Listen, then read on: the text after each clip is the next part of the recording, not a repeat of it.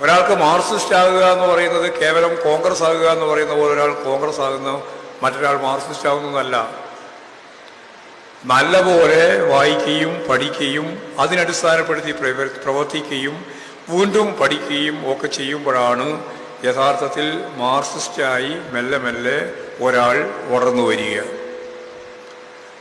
എല്ലാം പഠിച്ച് പൂർത്തിയാക്കുക എന്നുള്ളതൊന്നും അസാധ്യമായ ഒരു കാര്യമാണ്.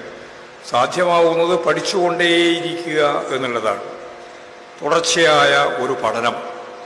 ആ തുടർച്ചയായ പഠനത്തിലൂടെ നമുക്ക് പ്രകൃതിയെയും പ്രപഞ്ചത്തെയും മനുഷ്യനെയും മനുഷ്യ സമൂഹത്തിലുണ്ടാവുന്ന വൈരുദ്ധ്യങ്ങളെയും അത് തമ്മിലുള്ള പരസ്പരം ഏറ്റുമുട്ടലിനെ പറ്റിയും എല്ലാം മനസ്സിലാക്കാനും പഠിക്കാനുമൊക്കെ സാധിക്കുന്ന തരത്തിലേക്ക് മാർക്സിസ്റ്റുകാർ വളരണം. ആ ഉയർച്ച ഇല്ലാതെ കേവലമായി മെമ്പർഷിപ്പ് എടുക്കുന്നതിന് ഒരു കൊല്ലം മുമ്പ് നമ്മൾ അനുഭാവി ഗ്രൂപ്പിലേക്ക് നിശ്ചയിക്കുന്നു. നിശ്ചയിച്ചതല്ലാതെ തിരിഞ്ഞും മറിഞ്ഞും പിന്നെ നോക്കിയിട്ടുണ്ടാവില്ല. അപ്പോൾ അടുത്ത കൊല്ലമാകുമ്പോഴേക്ക് കാൻഡിഡേറ്റ് മെമ്പർഷിപ്പ് കൊടുക്കുന്നു. അതും അതുപോലെ തന്നെ.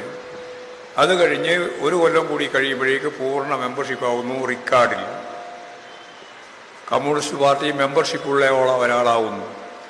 കമ്മ്യൂണിസ്റ്റ് പാർട്ടിയിൽ മെമ്പർഷിപ്പ് ഉണ്ട് എന്നുള്ളത് കൊണ്ട് അയാൾ കമ്മ്യൂണിസ്റ്റ് ആവുന്നില്ല. അത് ഞാൻ വളരെ വ്യക്തതയോടുകൂടി തന്നെ പറയുകയാണ്. ഒരാൾക്ക് പാർട്ടി മെമ്പർഷിപ്പ് ഉണ്ട് എന്നുള്ളത് കൊണ്ട് അയാൾ ഒരു കമ്മ്യൂണിസ്റ്റേ അല്ല, കമ്മ്യൂണിസ്റ്റ് ആയി എന്ന് പറയാൻ പറ്റില്ല. ഒരു മാർക്സിസ്റ്റ് ആവണമെങ്കിൽ അയാൾക്ക് ഞാൻ ഈ നേരത്തെ പറഞ്ഞ മുഴുവൻ കാര്യങ്ങളെ സംബന്ധിച്ച് സാമാന്യമായ ധാരണ വേണം. പ്രത്യശാസ്ത്രത്തെപ്പറ്റി വേണം, വൈരുദ്ധ്യാത്മക ഭൗതികവാദത്തെപ്പറ്റി വേണം, ചരിത്രപരമായ ഭൗതികവാദത്തെപ്പറ്റി വേണം, പാർട്ടി പരിപാടിയെപ്പറ്റി വേണം, രാഷ്ട്രീയ മീമാംസയെപ്പറ്റി വേണം, അർത്ഥശാസ്ത്രത്തെപ്പറ്റി വേണം. ഇതിനെപ്പറ്റിയെല്ലാമുള്ള പ്രാഥമിക ധാരണയോടെ സംഘടനാ പ്രവർത്തനം നടത്തുമ്പോഴാണ് ഒരാൾ മെല്ലെ മാർക്സിസ്റ്റ് ആവാൻ തുടങ്ങുക. അല്ലാണ്ട് മെമ്പർഷിപ്പ് കിട്ടി എന്നുള്ളത് കൊണ്ട് മാർക്സിസ്റ്റായി എന്നുള്ളൊരു തെറ്റിദ്ധാരണയും വേണ്ട. ഞാൻ മറ്റ് വിശദീകരണത്തിലേക്കൊന്നും കടക്കുന്നില്ല. അങ്ങനെ അല്ലാത്തതിൻ്റെ ദൂഷ്യം നമ്മളിപ്പോൾ ഏറ്റുവാങ്ങുന്നുണ്ട്.